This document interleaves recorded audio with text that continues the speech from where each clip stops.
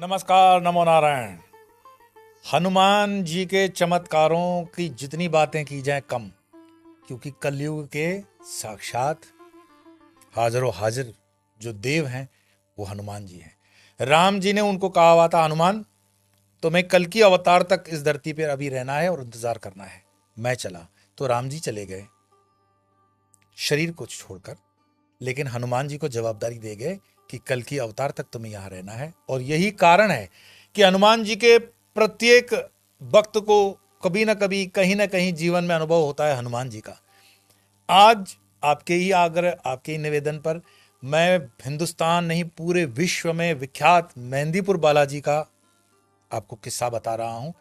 और साथ साथ में मैं बताऊंगा कि मेहंदीपुर बालाजी का चमत्कार जो है वो कैसे हुआ, कब से है, क्या क्या उसमें किस्से हैं। वैसे आप सब जानते ही हैं हनुमान जी कौन है। शिव के 11वें रुद्र हैं हनुमान, और वो जीवंत देव तो हैं ही। बजरंग बली का बाल स्वरूप जो है वो है यहाँ इस मंदिर में, मेहंदीपुर बालाजी में। ये स्थान है कहाँ? राजस्थान वालों को तो पता है, लेकिन बाहर के लोग कैसे आएंगे यहाँ पर? तो राजस्थान के दौसा जिले की तहसील सिकराय में दिल्ली, जयपुर, अजमेर, अहमदाबाद रेलवे लाइन के ऊपर बांदीकुई जंक्शन जो स्टेशन है वहां से 30 किलोमीटर मात्र दूर है। आपको आराम से वहां से बस, जीप, टैक्सी वगैरह मिलती है। और इतना रमणीय स्थान है कि ये दो पहाड़ियों के बीच में, और आप जाएंगे तो आपके रोंगटे खड़े हो जाएंगे बदन के, कि क्यों? जिनके अंदर प्रेत बाधा, भूत प्रेत पिशाच होती है, वह वहां पहुंचते ही हरकत में आ जाते हैं। और बालाजी इतने जागृत हैं कि उस एरिया में वहां भूत प्रेत पिशाचों की मतलब खूब धुनाई होती है। यहां 3 देवों की प्रधानता है। कौन से 3 देव? श्री बालाजी महाराज, श्री प्रेतराज सरकार और श्री भैरव कोतवाल। ये कॉम्बिनेशन बहुत विरला है, कहीं दूसरी जगह इस तरह का दरबार देखने को नहीं मिलता। और सबसे बड़ी बात यह है कि यहां पर आपको ऐसा नहीं है कि दरबार में पैसे देने हैं, इतने पैसे दोगे तो ही इलाज होगा। नहीं, ये मेहंदीपुर बालाजी का दरबार है। प्रेतराज यहाँ पर जो है हिसाब किताब करते हैं, और कोतवाल यहाँ के भैरव हैं। और इतने जागृत, इनका भोग वगैरह भी मैं बताऊंगा क्या लगता है। एक इस मंदिर की विशेषता है कि यहाँ पर कभी भी इस मंदिर से प्रसाद लेकर के आप घर वापस नहीं आओगे। वो प्रसाद वहीं पे जो खाना है खा लिया, छोड़ दो, पीछे मुड़ के भी मत देखना। तो कुछ नियम है, उन नियमों को समझ जाओगे तो आप खूब इसमें से फायदा ले सकते हो। इस मंदिर का प्रागट्य जो है वो बड़ा दैविक तरीके से होता है। जो प्रथम इसके उद्धारक हैं उनके स्वप्न में बालाजी आते हैं और वो कहते हैं कि मुझे यहाँ पर स्थान से करो, मेरी महिमा मंडन होने वाला है।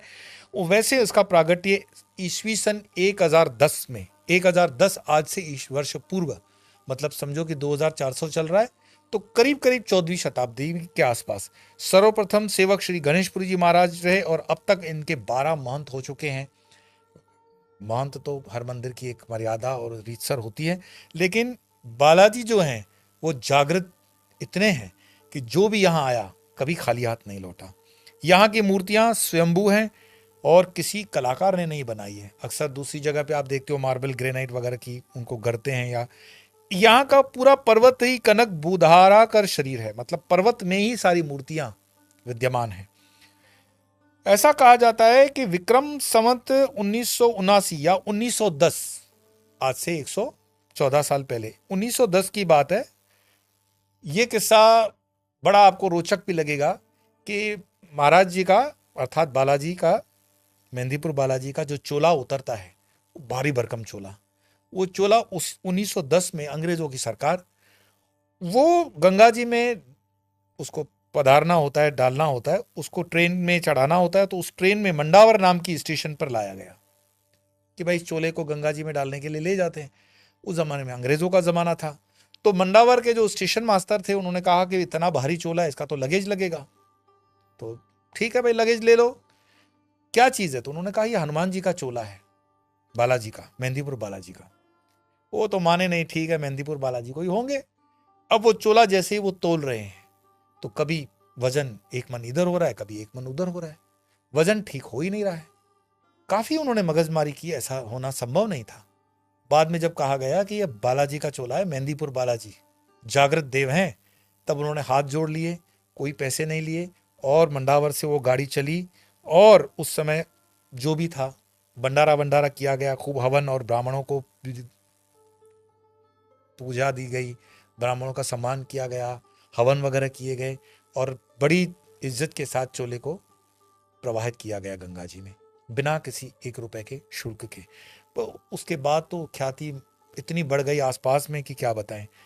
वैसे बालाजी यहाँ जो कार्य करते हैं, मेहंदीपुर बालाजी, तो वो भूत प्रेत पिशाच आत्माओं को जो डिसिप्लिन में दंड देगा वो कौन हो सकता है। तो बालाजी ने सबसे पहले प्रेतराज को उसमें, जिसको कहते हैं ना अपॉइंट करना, नियुक्त किया। और मंदिर की परंपरा में भी ऐसा है, आप डायरेक्ट मेहंदीपुर बालाजी के दर्शन नहीं कर सकते हो, आपको सबसे पहले प्रेतराज जी के दर्शन करने पड़ते हैं। कौन है प्रेतराज? जैसे नाम से तो आपको लगेगा ये तो प्रेत के प्रेतराज कौन है। तो प्रेतराज में 2-3 कहानियां चलती हैं। एक कहानी मैं आपको बता रहा हूं प्रेतराज की, वाल्मीकि रामायण से। वो वाल्मीकि रामायण में लंका कांड में जब लंका दहन किया गया तो रावण के यहां पर नीलासुर नाम का एक ऋषि रहता था। उन्होंने हनुमान जी को देखा, खूब लंका दहन कर ली और उनके सारे कर्तव्य देख लिए और वो समझ गए कि ये साधारण वानर नहीं है भाई, जिसने लंका दहन कर दी, रावण का जो घमंड है वो चूर चूर कर दिया। तो उन्होंने फिर निवेदन किया कि महाराज आप कौन हैं? तो हनुमान जी तो बोले कि हम तो राम जी के सेवक हैं, श्री राम जी हमारे आराध्य हैं। तो उन्होंने कहा हमें एक बार श्री राम जी के आप दर्शन करवा दीजिए।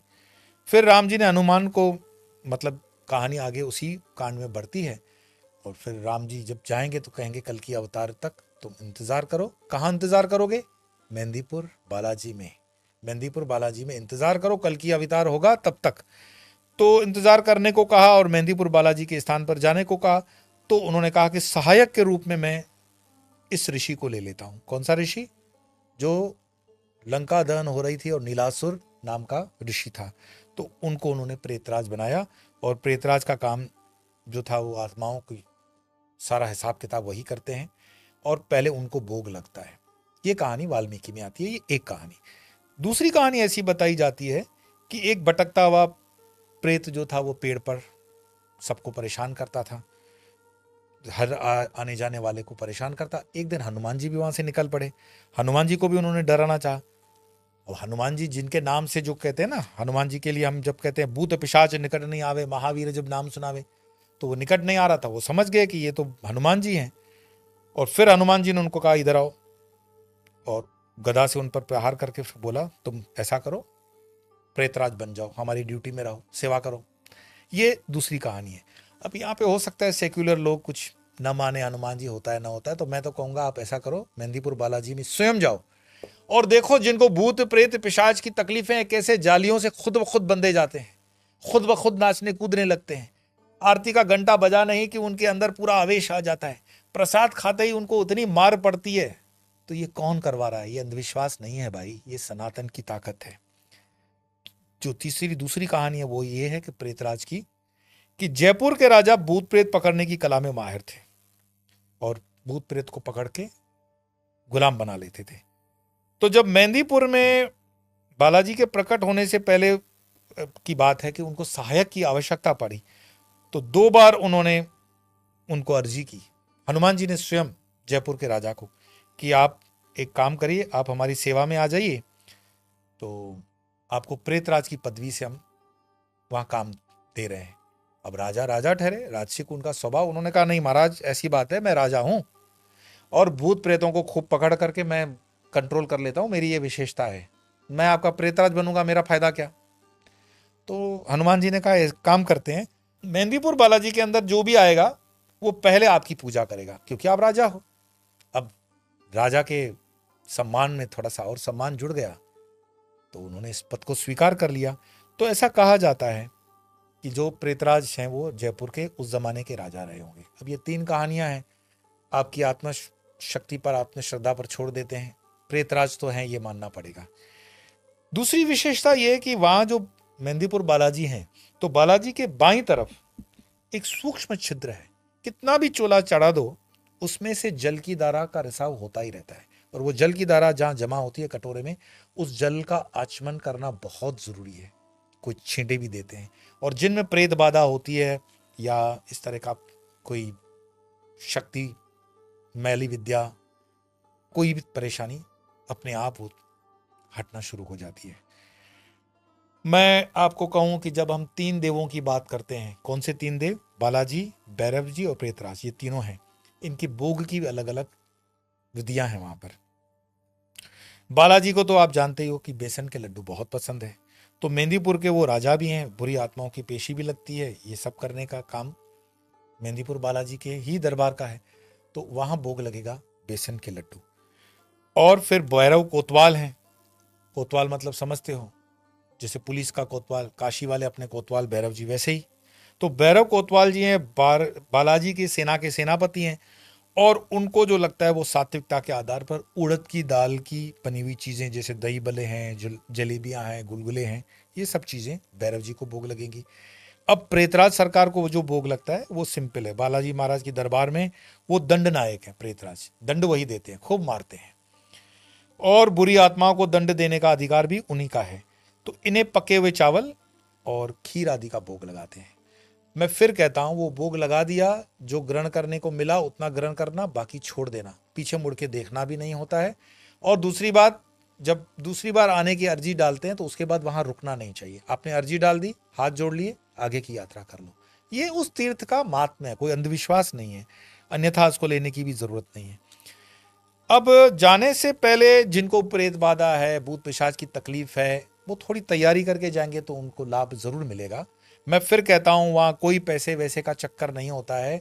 जो भी पंडित वगैरह ले भी जाते हैं तो अपनी तरफ से आप ले जाते हो। वहां अभी तक तो व्यवस्था हमने इस तरह की देखी नहीं है। अब दुकानें तो हर जगह खड़ी हो जाती हैं, अगर कोई दुकान वाले पंडित आपको मिलते हैं तो ये आपकी श्रद्धा के ऊपर है। बाकी वहां मेहंदीपुर बालाजी में किसी प्रकार का कोई भ्रष्टाचार नहीं होता है। कोई कर रहा है तो आप उसको बढ़ावा न दें, आप अपनी श्रद्धा अनुसार वहां जो मैं बता रहा हूं उस तरह कार्य कर सकते हो। तो जाने से पहले जिसको प्रेत बाधा या भूत बाधा है तो उसको शुद्ध गोमूत्र जो होता है, हो सके तो कंवारी बछड़ी का गोमूत्र 1 चम्मच सुबह, 1 चम्मच शाम पिला दिया। चाहे वो पानी में मिक्स करके पिलाओ, थोड़ा 2-4 छींटे दे दिए, आप स्वयं भी पी लें, बहुत शुद्ध है। और उससे ये जो मैली विद्याएं हैं वो कट जाती हैं। गोमूत्र की इतनी ताकत है, ये वैज्ञानिक है, अंधविश्वास नहीं है। तो 7 दिन जाने से पहले ये प्रयोग जरूर करें गोमूत्र का। और भी ज्यादा तकलीफ है तो हम जैसे बड़े बड़े यज्ञ करते हैं, तो जो यज्ञ में यजमान बैठता है उसके पूरे शुद्धिकरण करने के लिए गोमूत्र के साथ साथ हल्का सा, मानो कि 1 चने के दाने जितना शुद्ध गोबर भी हम मिला करके उनको देते हैं ग्रहण करने के लिए। ये थोड़ा सा आपको विचित्र लग सकता है, लेकिन इसके कभी मैं आपको विस्तार से बताऊंगा कि वैज्ञानिक कारण क्या है। तो उसको ग्रहण करें।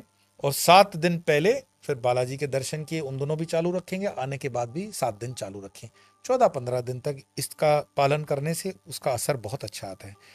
और जैसे ही बालाजी का प्रसाद वो व्यक्ति ग्रहण करता है वहां पहुंचकर, तो खाते ही अंदर का भूत प्रेत जो है वो तड़पने लगता है। कैसे तड़पता है? जैसे 3rd डिग्री टॉर्चर हो रहा हो उसको। प्रत्यक्ष आपको दिखेगा कुछ लोग जालियों पे चढ़ करके नाच रहे हैं, कुछ उल्टे लटक रहे हैं, कुछ घंटा बजते ही आरती का दौड़ दौड़ के वहां पहुंच रहे हैं, कुछ झूम रहे हैं। ये एक हिस्टीरिया नहीं हो है, जिसको सेक्युलर लोग कहते हैं ना कि नहीं ये तो मॉब हिस्टीरिया है, ऐसा कुछ भी नहीं है, जागृत है। आप हमेशा पूछते हो कि ऐसा स्थान, किसी के चक्कर में पड़ने की जरूरत नहीं है। मेहंदीपुर बालाजी साक्षात है, आप उसका खुद दर्शन करें, खुद आरती के छींटे जरूर लें। जब बालाजी की आरती होती है तो वो छींटे देते हैं, तो उन छींटों का प्रभाव होता है, उन छींटों को आप जरूर स्वीकार करें, वहां से जाएं। तो कुल मिलाकर के मेरा एक जो आशय था कि हनुमान जी के चमत्कारों के विषय में बात हुई, हनुमान जी के बजरंग बाण की बात हुई, हनुमान चालीसा की बात हुई, पंचमुखी हनुमान की बात हुई, इसके एपिसोड हमने बनाए। यहाँ तक कि आपको प्रोत्साहन देने के लिए स्वामी योग धर्म चैनल के ऊपर गीता के 2-2 श्लोक भी चलाए कि किसी भी यात्रा से आप प्रारंभ तो करो, लेकिन जो चमत्कार को नमस्कार है, जो दिखता है उसमें प्रेम ज्यादा होता है। तो ये आप प्रत्यक्ष इसका प्रमाण लेकर के देख भी सकते हो। इसको कोई तकलीफ हुए बिना भी दर्शन करने को जाओ और देखो हनुमान जी के क्या क्या लीलाएं हैं। तो आप मेहंदीपुर बालाजी में जाकर के सनातन की इस चमत्कार को देखेंगे, औरों को भी प्रेरणा देंगे, और अपनी इस यात्रा को इसी तरह हम चालू रखेंगे। अगली बार फिर मिलेंगे अगले विषय को लेकर। तब तक के लिए नमस्कार, नमो नारायण।